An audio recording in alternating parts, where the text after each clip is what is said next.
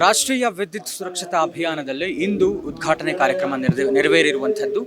ಏನಕ್ಕಾಗಿ ಒಂದು ಕಾರ್ಯಕ್ರಮ ಮಾಡ್ತಾ ಇದ್ದಾರೆ, ಇದೆಲ್ಲದರ ಬಗ್ಗೆ ವಿಚಾರವನ್ನು ತಿಳಿಸ್ಕೊಡೋದಕ್ಕೋಸ್ಕರ ನಮ್ಮ ಜೊತೆಗೆ ವಿದ್ಯುತ್ ಪರಿವೀಕ್ಷಣಾಲಯದ ಡೆಪ್ಯೂಟಿ ಎಲೆಕ್ಟ್ರಿಕಲ್ ಇನ್ಸ್ಪೆಕ್ಟರ್ ಅಂತ ಕಿರಣ್ ಮತ್ತು ಸಚಿನ್ ಅವರಿದ್ದಾರೆ. ಬನ್ನಿ ಇಬ್ಬರನ್ನೂ ಮಾತಾಡಿಸ್ತಾ ಹೋಗೋಣ.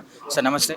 ನಮಸ್ಕಾರ ಸರ್, ವಿದ್ಯುತ್ ಸುರಕ್ಷತಾ ಅಭಿಯಾನ ಮಾಡ್ತಾ ಇದ್ದೀರಾ. ಇದು ನಾಗರಿಕರು ಮತ್ತು ನಿಮ್ಮದೇ ಸಿಬ್ಬಂದಿ ವರ್ಗದವರಿಗೆ ತಗೊಳ್ಬೇಕಾದಂಥ ಸುರಕ್ಷತಾ ಕ್ರಮಗಳ ಬಗ್ಗೆ ತಿಳಿಸಬೇಕು. ಏನೇನು ಮಾಡಬೇಕು ಅಂತ ಮೊದಲನೇದಾಗಿ ನಾವು ಪ್ರತಿ ವರ್ಷ ವಿದ್ಯುತ್ ಸುರಕ್ಷತಾ ಸಪ್ತಾಹವನ್ನು ಆಚರಿಸಿದ ಹಾಗೆ ಈ ವರ್ಷವೂ ಕೂಡ ಒಂದು ವಿದ್ಯುತ್ ಸುರಕ್ಷತಾ ಸಪ್ತಾಹ 2025 ನಂಬ್ಕೊಂಡಿದ್ದೀವಿ. ಪ್ರತಿ ಮುಖ್ಯವಾಗಿ ನಮ್ಮ ನಾಗರಿಕರು ನಮ್ಮ ವಿದ್ಯುತ್ ಪೋಲ್ಗಳಿಗೆ ಯಾವುದೇ ಥರದ ಜಾನುವಾರುಗಳನ್ನು ಕಟ್ಟಬಾರದು ಮತ್ತು ಅದೇ ರೀತಿ ಎಲ್ಲಾದರೂ ತುಂಡಾಗಿ ಬಿದ್ದಿದ್ದಂಥ ವಿದ್ಯುತ್ ತಂತಿಗಳನ್ನ ಸಹ ಅವರೇ ಮುಟ್ಬಿಟ್ಟು ಅದನ್ನು ಸ್ಥಳಾಂತರಿಸುವ ಬದಲು ಸಂಬಂಧಪಟ್ಟ ಸ್ಥಳೀಯ ವಿದ್ಯುತ್ ಸರಬರಾಜುದಾರರ ಗಮನಕ್ಕೆ ತರಬೇಕಾಗಿ ಈ ಮೂಲಕ ನಾನು ಸಾರ್ವಜನಿಕರಲ್ಲಿ ಮನವಿ ಮಾಡ್ಕೊತೇನೆ. ಅದೇ ರೀತಿ ವಿದ್ಯುತ್ ಗುತ್ತಿಗೆದಾರರು ಪ್ರತಿನಿತ್ಯ ನಮ್ಮ ಸಾರ್ವಜನಿಕರ ಬದುಕಲ್ಲಿ ವಿದ್ಯುತ್ ಕೆಲಸಗಳನ್ನು ತೊಡಗಿಸ್ಕೊಂಡಿರ್ತಾರೆ. ಅವರು ಕೂಡ ವಿದ್ಯುತ್ ಸುರಕ್ಷತೆ ಬಗ್ಗೆ ಸಾರ್ವಜನಿಕರಿಗೆ ಅರಿವು ಮೂಡಿಸಬೇಕು. ಮತ್ತು ಏನು ನಮ್ಮ ಸ್ಮಾರ್ಟ್ ಎನರ್ಜಿ ಸೇಫ್ ನೇಷನ್ ಕಾನ್ಸೆಪ್ಟಲ್ಲಿ ನಾವು ತಂದಿದ್ದೀವಿ. ಅದೇ ಪ್ರತಿಯೊಂದು ವಿದ್ಯುತ್ ಸ್ಥಾವರಗಳಲ್ಲೂ ಹೊಸ ಟೆಕ್ನಾಲಜಿಗಳನ್ನ ಅಡಾಪ್ಟ್ ಮಾಡ್ಕೋಬೇಕಾಗಿ ನಾನು ಇವ್ರನ್ನ ಕಾಂಟ್ರಾಕ್ಟರ್ಗಳನ್ನ ಕೋರ್ಕೊತೀನಿ.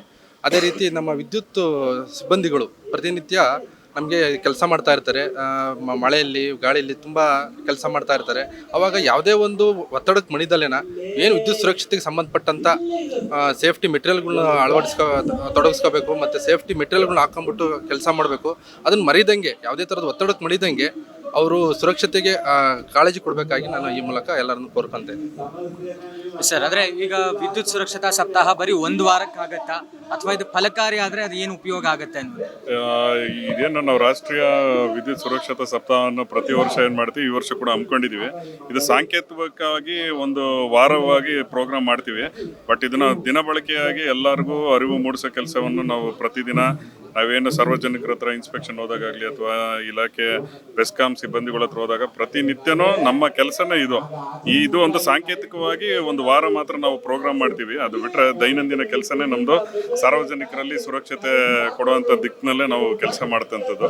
ಹಾಗಾಗಿ ಈ ಒಂದು ಪ್ರೋಗ್ರಾಮು ಎಲ್ಲರಿಗೂ ಒಂದು ಉತ್ತೇಜನವಾಗಿರುತ್ತೆ.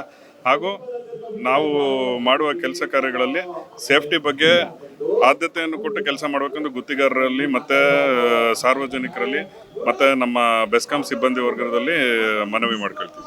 ಮುಖ್ಯವಾಗಿ ಬೆಸ್ಕಾಂ ಸಿಬ್ಬಂದಿ ಅವ್ರದ್ದು ಎಲ್ಲೋ ಒಂದು ಕಡೆ ಅಯ್ಯೋ ಅನ್ಸುತ್ತೆ. ಅಂದರೆ ಎಷ್ಟೇ ಸೇಫ್ಟಿ ಮೆಷರ್ಸ್ ನೀವು ಪ್ರತಿ ವರ್ಷ ಕಾರ್ಯಕ್ರಮ ಮಾಡೋದು ಕೂಡ ಏನೋ ಒಂದು ಅವಘಡಗಳಾಗುತ್ತಲ್ಲ, ಇದನ್ನ ಹೇಗೆ ತಪ್ಪಿಸೋದು ಅನ್ನೋದು? ಅದೇ ಈಗ ಆಕ್ಸಿಡೆಂಟ್ ವಿಲ್ ಅಕರ್ ಆಕ್ಸಿಡೆಂಟಲ್ಲಿ. ಸೊ ಹಂಗಾಗಿ ಈಗ ಅವರಲ್ಲಿ ಕೆಲವೊಬ್ಬರಲ್ಲಿ ಗೊತ್ತಿದ್ದು ತಪ್ಪಾಗಿರ್ತದೆ, ಗೊತ್ತಿಲ್ಲದೇ ತಪ್ಪಾಗಿರ್ತದೆ.